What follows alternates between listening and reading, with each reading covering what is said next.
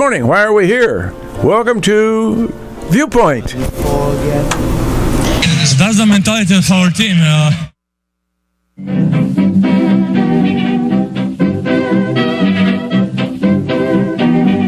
Is it on? I'll have to find out. Oh, okay. Not a word. Anyway. Oh, well. The best intentions of mice and men. We were going to have a little. No, is it here? You hearing it? Oh, well, we're on the air then. That's all right. That's enough. Well, that's a heck of a way to start the day.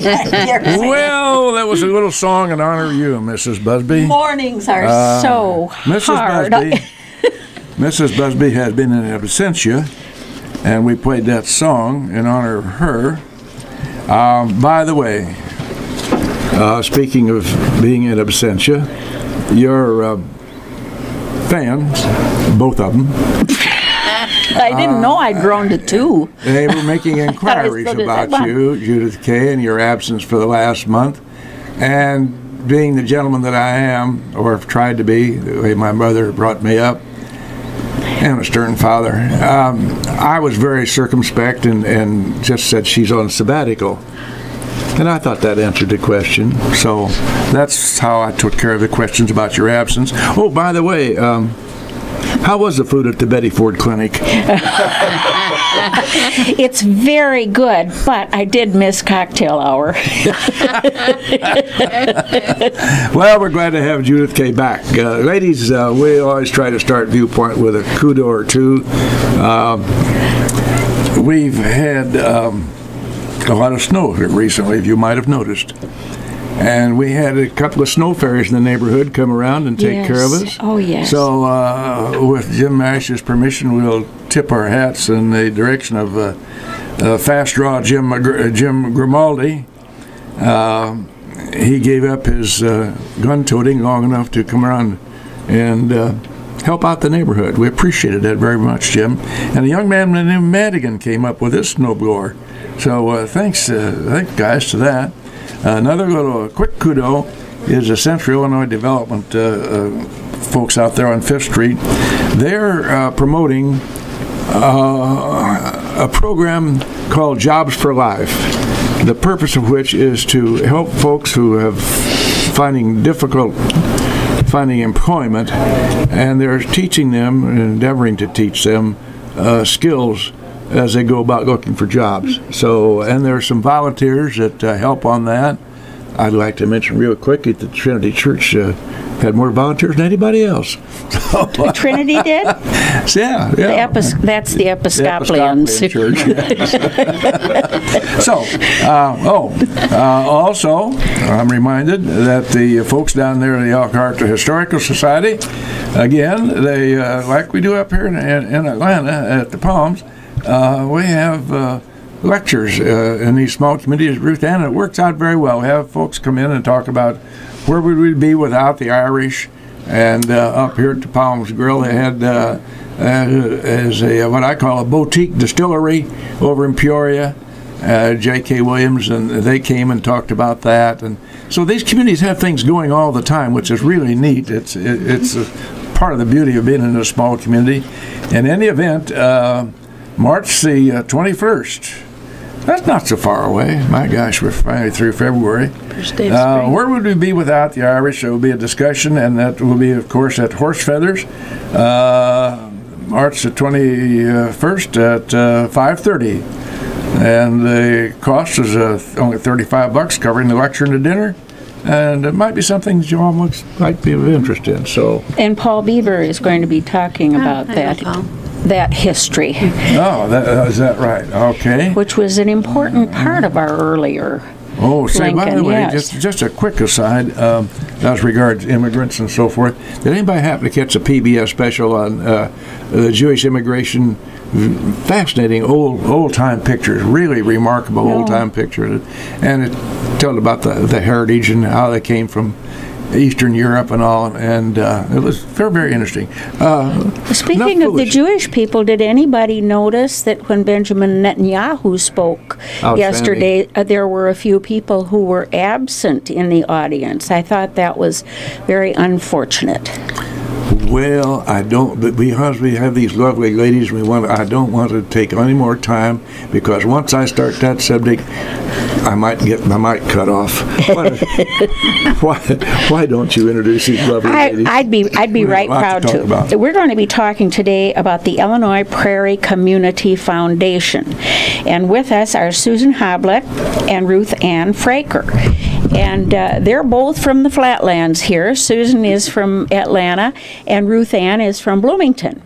And this is not a new concept, not a new organization, but it's new to me. And so I'm eager to hear what you have to say. Mm-hmm. It is indeed a foundation. So let's just start with Ruth Ann and give us a little historical perspective on the Illinois Prairie Community Foundation. Sure, I'm happy to. Community foundations are growing nationwide, but in McLean County, the Community Foundation idea started in 1996 by 3 individuals, Drake Zimmerman, Alan Sender, and Carol Wrightan, who had served as mayor of Normal, very active in the community. I'm sorry she passed away within the past year. But they had the idea and started researching the possibility of beginning a community foundation to serve McLean County, where people could have options for charitable giving and the community would reap benefits. So it actually became a 501c3 organization in 1998. It was called the Community Foundation of McLean County. It only served McLean County to begin. Mm-hmm. And we had the mayors of, it was then Mayor Judy Markowitz and Mayor Kent Carricker and Gary Riss of the county board and the United Way all served on that initial board, and they started with $297,000 to start this foundation. I noted that in looking at my material this morning, and now look where we are. Now we've reached $11 million with a goal of increasing to $20 million by 2020. And the name was changed 14 years ago, February of 2004. The foundation expanded to neighboring counties, including Logan County, DeWitt County, and Livingston County, and then touches some of the other areas adjacent to those counties. So therefore, the name was changed to the Illinois Prairie Community Foundation. And so today we were happy to have the opportunity to come to Logan County, which is one of the counties served, to make sure people know about this foundation and opportunities that it can bring. Really? Now, you've talked about the increase in your funds, and that's great. And let's talk a little bit about the uses. I know there's the Endow Atlanta program for one thing. Just one and let's of many. talk about myriad others as well. Ms. Hoblit. Well, let me tell you the story of Endow Atlanta. I live in Atlanta, here in the northeast corner of Logan County, and population 1,665 people. We're very proud of that. Small farming community. We aren't particularly rich or particularly famous, but we do have a lot of community spirit in Atlanta. It's a great place to live. But like most small towns, we struggle on a lot of levels. And we would talk about what it might be like to have an endowment for Atlanta, a permanent charitable fund that would provide support to Atlanta causes and programs now and forever. After a lot of discussion with local citizens and Illinois Prairie Community Foundation, we came to the conclusion that we should give this a try. It seemed a very ambitious goal and maybe a little bit foolish, we thought, in the beginning, for this small farming community to even try such a thing. Nonetheless, we set a goal to raise $100,000 to fund Endow Atlanta. And in 2011, we launched a 3-year campaign to begin this endowment. We chose to partner with Illinois Prairie Community Foundation to make use of their investment and administrative expertise, and also for the support and guidance they could give us. And I am very happy to report that Endow Atlanta was well received by the local citizens, and our endowment funding goal of $100,000 was reached in under 2 years. That's pretty remarkable. It's very remarkable. Illinois Prairie Community Foundation was a great help in establishing Endow Atlanta. They were with us and remain with us every step of the way. Endow Atlanta funds are managed by Illinois Prairie. And now really to the great part, we are now in our 3rd year of annual grant distributions from Endow Atlanta. And in those 3 years, we have distributed over $5,700 to Atlanta's charitable organizations. So I encourage everyone listening to think about the power of endowment and how an endowment might be able to help your community. What we're talking about essentially in this whole perspective is helping hand as opposed to hand out. Right. Yes. And that's very, very important. There's so many people sitting around on their hands because it comes to them, and they feel absolutely no obligation, responsibility whatsoever. I got this coming, so I'll take it. The foundation which you represents a matter of showing people how to do things and giving them an assist. And you would talk about that, Ruth Ann. Do you make loans to people, or just outright gifts as they show real need? They aren't loans. We're able to give grants. We don't hand them out. There are certain times of the year when the grants become available, like, for instance, right now, the spring, between the middle of January and middle of February, people had the opportunity to apply for grants through the Illinois Prairie Community Foundation. And there are several fields of interest for these endowments, and I'll just mention them: arts and culture, education, the environment, health and wellness, and youth. And so within those fields of interest, the Illinois Prairie Community Foundation makes sure people know in all 4 counties that the grants are available, encourage people to apply, and then once the applications come in, there's a grant committee, which Susan chairs the grant committee, and there are various individuals from the community who serve on that to review all of those grants to find out what exactly they're hoping to get money for, how do they plan to use it, and then make their decisions. And that round of grants will be giving out close to $200,000 this spring. We have others in the fall that award grants, but it isn't really a handout. Somebody has to demonstrate. They have to review what is the need in the community. To help whatever the art, to promote arts and culture, for instance, and later Susan will talk about some recipients in Atlanta of these grants, so you can see locally where this money has been used.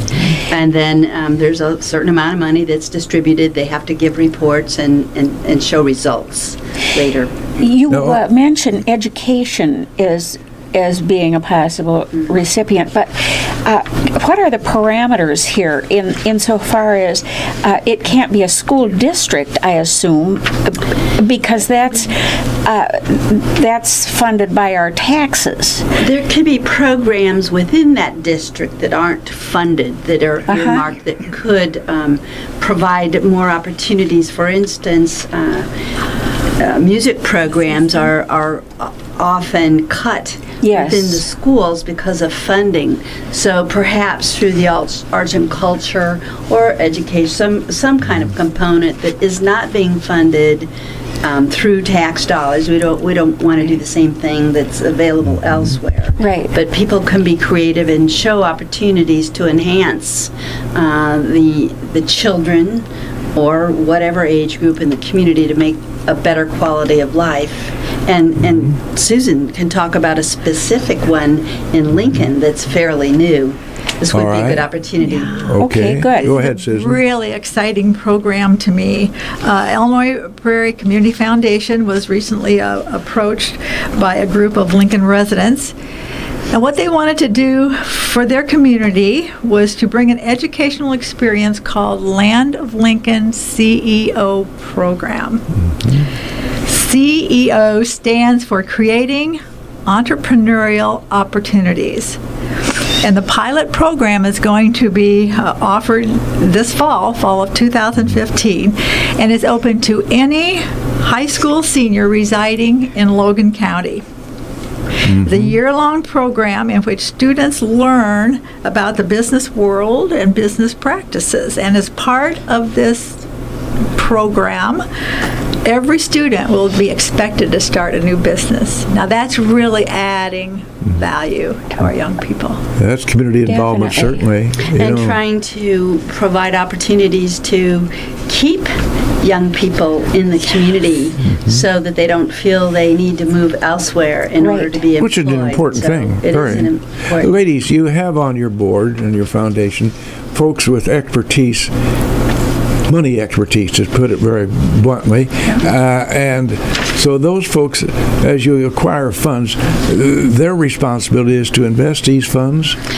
Actually, the board of directors are not responsible. The funds are professionally managed. So the board of directors would retain the professional managers and monitor their returns and their results. And there are actually committees. There's an investment committee and a finance committee, but the funds are professionally managed. And we've been talking a little bit about endowments that create the grants, and the beauty of the endowment through the Community Foundation is the returns are multiplied because the monies are pooled.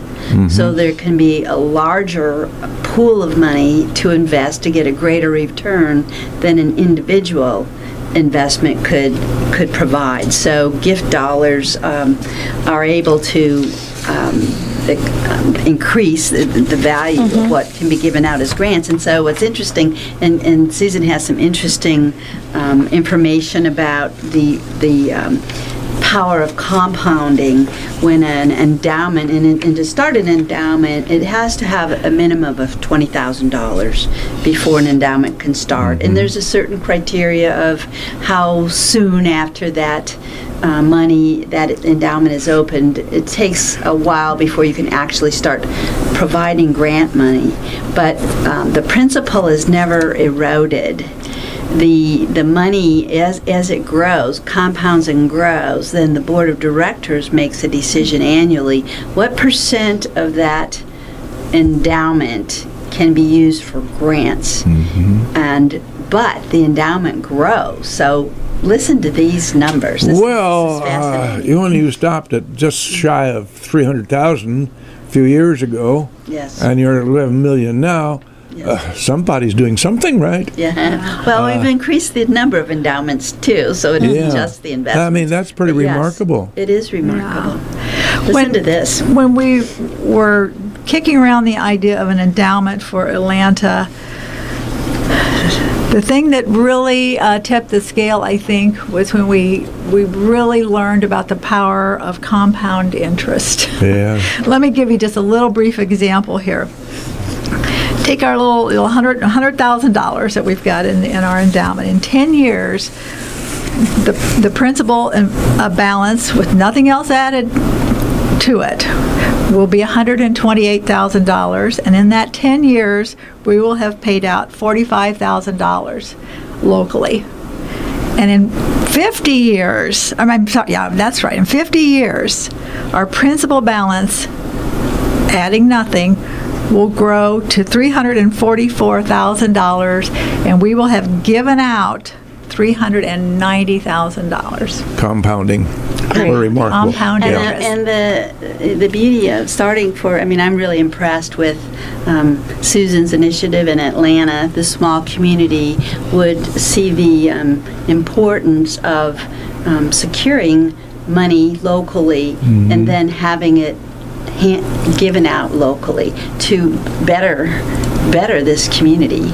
And you know, we have a compounding formula here at WLCN, and that is if we give airtime to our sponsors, that kind of compounds a little bit. So we'll run right into our segment for our commercials, Mr. Ash. Right back live in the studios here at WLCN. Our guest this morning on Viewpoint, the lovely Susan Hoblit, one of Atlanta's finest up here, and Ruth Ann Fraker, wife of noted lawyer and noted author Guy Fraker. His book, by the way, is Lincoln's Ladder to the Presidency. It's been out a while, but it's still a good buy and a good read. These ladies are representing here the Illinois Prairie Community Foundation. And that's a very, very important organization that does a lot of meaningful work. So, Judy, you were going to ask a question just a minute ago here. We were off air. Well, I was, pardon me, I was wondering if you'd please address your overhead. I don't think I'm alone when I question in my mind the validity of some, quote, charities, unquote, because 10 cents of your dollar will go to the actual cause.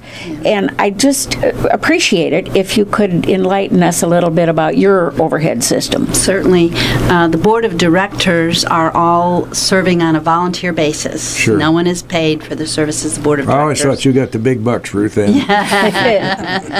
And people that serve on the various committees are volunteering their time to serve on the committees. The only paid personnel for the Illinois Prairie Community Foundation are 2 full-time staff persons, one of whom is Greg Meyer, the executive director, who started in April 2014, so he's coming up on 1 year, and Kathy Davis, who's been there several years and serves with him full-time. There's one part-time assistant who does clerical and whatever needs to be done part-time. They're the only paid staff. So you think about an $11 million asset charity, whatever you say, the overhead cost is minimum.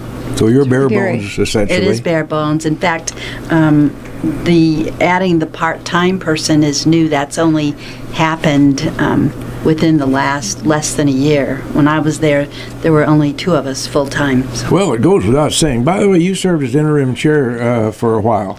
I Thank you for that. A long time. There have only been a few executive directors since the Illinois Prairie Foundation began. Carol Ringer, many people know, served as the first executive director for a long time. There was another person who served a couple years, and Michael Stillwell, I believe, was his name. And then Myra Gordon served for about 8 or 9 years. She had been a board member, and she needed to step down last year in the fall, and so I received a call from Paul Harmon, the chairman of the Illinois Prairie Community Foundation, and asked if I would step in on an interim basis while they search for a new director. So I did that from November 1st until April. And that's when you found out that you really needed a full-time paid director in order to make everything run smoothly. Well, they did have a full-time paid director. I mean, all of the directors had been paid before. And Kathy Davis has had a full-time paid position, but what was needed in addition to that is somebody part-time to keep up. There's just a lot of everyday phone calls, checks, and everyday letter writing and all. It just was practically an impossible job to keep up. I mean, it was certainly not an 8-hour day. I'll put it that way. Much of the full paid staff really volunteer their time as well. Let's make a comparison, if you would, between the Illinois Prairie Community Foundation and the United Way, since their goals are rather alike to enhance the living in any community. And that was one of the things Myra Gordon talked to me about when I started. We had a couple days of training before she left. But they kind of threw you into it after a couple days, didn't they? They did. You a good swimmer? Sink or swim. I don't think I sank. I'm not sure. But the United Way, she said, one way to look at it, we work together. It isn't a competing organization. The 2 organizations work together. And she said to think about the United Way as the checking account for the individual communities. The money comes in and it goes out. The persons apply for grants and they're supported, whereas and they handle critical immediate needs. Whereas by comparison, a community foundation can be considered the savings account. It addresses local community needs, but it continues to grow, and we like to say for good and forever. And a mission we haven't really talked about yet is we do feel proud that what we do as an organization is to connect people who care with causes that matter. That's your mission statement, isn't it? And I think that's beautiful. That's a great mission statement, by the way. Connect people who care with causes you can remember it. Yeah, would you repeat that for us, Ruth Ann? I would be happy to. We connect people who care with causes that matter. Right. And that's where the endowments, some people may be very interested in arts and culture, and the next person may say, you know, I'm more interested in youth or the environment or whatever. People have different interests, and so we really like to stress the importance of contacting the Illinois Prairie Community Foundation to meet with Greg Meyer about what are your interests, how can we work with you. They're available, they're accessible. We made many trips to the rural areas. You don't have to come to Bloomington. We can go out to the different counties to talk about what they can do to help, just like Susan mentioned with Endow Atlanta. You know, they're right there to talk about what is it that you're hoping to do and how can we work with you to make that happen. Beautiful. Beautiful. I love your mission statement. I think Susan, it's important. Did you come on the board as a result of your interest in the Atlanta Betterment Fund? So let's address that, how you became active in that. And happily you did. Yes. I came on the board about 6 years ago from Illinois Prairie, and I laugh because back in the day, I had never heard of this organization, but I learned about it from my financial advisor because he was my first call after I realized that because I wanted to sell some long-held stocks, I was going to pay a whopping capital gains tax. He suggested something called a donor advised fund and put me in contact with the Illinois Prairie Community Foundation. I had never heard of a donor advised fund, and I had never heard of Illinois Prairie. No, all we knew was the Prairie was out there in Illinois. But I thought, hey, I'm going to make the contact. And after talking with them, they showed me how I could create a donor advised fund, take a large charitable deduction off my taxes, and pay no capital gains on the sale of the stock. So I thought, I like this organization. They worked with me individually. They made a personalized plan for what it was I was wanting to do. This fund I created, I could name it, and it would, gifts would be given out in the name of that fund.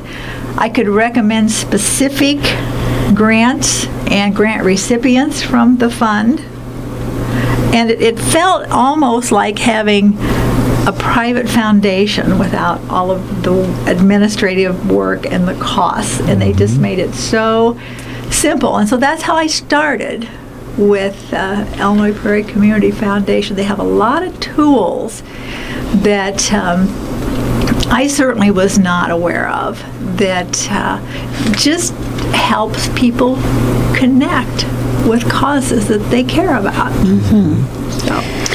Susan mentioned creating her donor advised fund makes it feel as though she has a private family foundation, and I'd like to touch on that a little bit.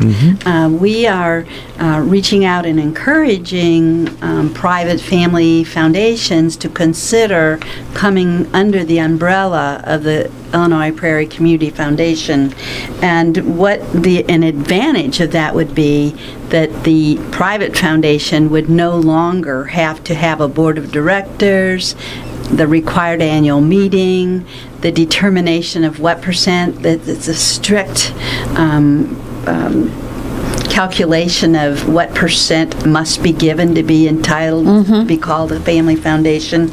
They wouldn't have to do that any longer, nor would they have to file tax returns. It would all come under the umbrella of the Illinois Prairie Community Foundation. They would still have input about the direction.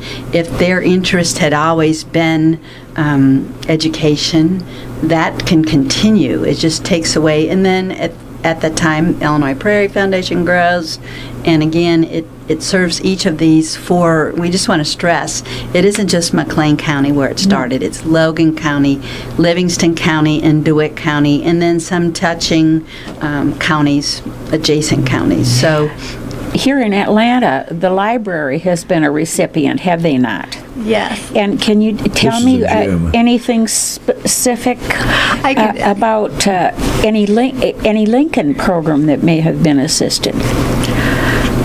Well, of course, we've already talked about the Land of Lincoln CEO program, which we're going to hopefully hear a lot about here in the fall.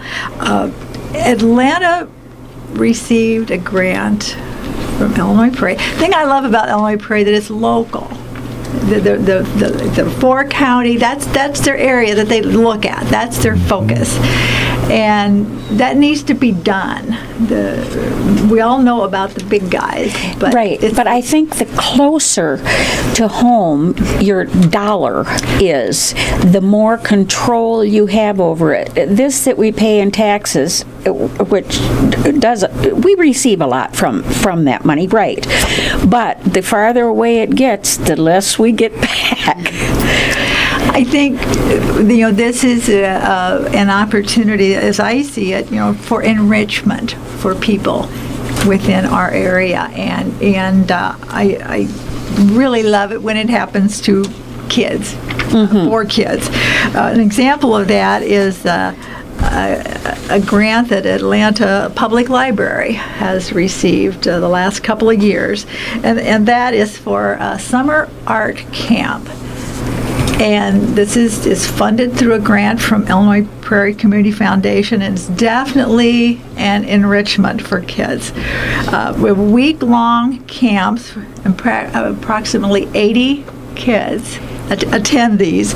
We have a camp for theater arts, a camp for art and the great master painters, and a camp for music and performance. And to speak to the quality of this enrichment experience, last year a teaching musician with the New York Philharmonic Symphony came to Atlanta, stayed the week, and worked with these children in the music camp. They made instruments, they learned to play instruments, they created their own music, and they gave a public performance. In a week. For a little small town kid. Wow.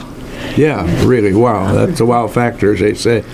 And then Kathy, the director of the library. Kathy Macchiarello, yes. Thank you. She serves on the board, but she did present. What we ask is for grant recipients to come to a board meeting, a future board meeting, and spend about 5 minutes describing how they use the grant dollars. So it was very interesting for me as a board member to listen to what they did with those dollars. They have pictures and explain the benefit, and it is an enrichment that might not be available otherwise. Kathy's a dynamic person, is she not? Yes, very much. Most so. Definitely. Ruth, Ann, did we cover in our conversation this morning? I don't think. What types of gifts that your Prairie Foundation accept? Various types of No, thank you for asking. Gifts. That was something we wanted to talk about. They, one of the things we try to encourage people to create a legacy of in their name, and gifts can be accepted in all forms. Cash, of course, you've already heard about stocks. We get bequests, IRAs, life insurance, charitable remainder trusts, charitable gift annuities, real estate, gifts of property. In particular, we can accept farmland. and it isn't necessary for us to sell the farmland. The farmland can be retained and properly managed over time, and the returns of that can come into the Illinois Prairie and be given out for local grants. We can accept grain. I mean, is that right? You name it. I don't know if there are restrictions on things. Pretty much, the Greg Meyer from Illinois Prairie, the executive director, can be consulted. As Susan mentioned, it was her financial advisor who put her in touch with Illinois Prairie Community Foundation as people are looking, especially end of the year, say, of the tax consequences they may be facing, to be able to be referred and talk about what can they do so that the money isn't just paid out in taxes. It can go into a fund that then would return to the local community. Well, there are people out there all the time in every community that have no heirs, so to speak. Yes. That's a sad thing, but that's the way it is. That's the reality. And if those folks have been lucky and by dint of hard work and application have increased their estate, they are in a position to be philanthropic. And they could consider then very seriously philanthropy such as yours. I can give a little aside. When Susan and I were talking and preparing to come and speak with you, she said I should perhaps mention, if time allowed, I was the executive director of the John M. Scott Health Trust for 17 and a half years, which is with the city of Bloomington. And that is named after John M. Scott, who was the first native-born person to serve on the Illinois Supreme Court. He served for 18 years, 9 of which he was the Chief Justice. And he practiced law in Bloomington, Illinois. And he and his wife, Charlotte, had 2 children who died in infancy. So they didn't have heirs. And he chose to develop an estate that would be left to the city, and he wanted it, and this is an important part too, he wanted it to build a hospital to serve indigent persons. So even back, he died in 1898, we still were dealing with lack of health care issues. By the time his last named heirs died in the 70s, there wasn't a need for another hospital. So the community got together and looked at how can they take his intent and turn it into a program that would meet the needs of the 1970s and early 80s. And so John M. Scott Health Resources was developed. His estate was worth $10.8 million at the time, and the city received $5.4 million, and 2 other organizations shared the other $5.4. That still exists. It's multi-million-dollar value now. That's and still serves. Thing. And so it started in, I think, 1984 when they opened their doors, and here it is, 2015. It's still serving. Now, it isn't part of Illinois Prairie, but it's an example. And another part of that is somebody might think, well, I would like to, this incident came up, I would like my estate to go to the Home Sweet Home mission. Well, what if it doesn't exist by the time I pass away? Right. So what we always work with is, and the board is very attuned to this, is what is the intent? What is the population you want to serve? Is it homeless? Okay, it may not be named Home Sweet Home mission, but it would serve the homeless. So. Well, Mrs. Hoblit can attest. We have a private foundation right here. Another lawyer and his wife had a significant estate, and the Woods Foundation, they do a remarkable job here in this community, just remarkable. Wow. And it's just such an impact. It's really nice to have folks out there who are so philanthropic. I thank you both so much for coming today. It's always good for us to learn one more thing that is available to us here in the Prairie, because we are the Prairie. We appreciate the opportunity. We appreciate Ruth Ann Fraker, wife of our good friend Guy Fraker, and Susan Hoblit from Atlanta here. It's been interesting to know about this organization. Good luck to you as you continue to do great work for a lot of people. We always try to find if I can read my own writing, a closing comment, and this has to do with philanthropy. Bill Gates You might have heard from him. He made the top list again. Yeah. Boy, The top of the top, I the think. top of the top.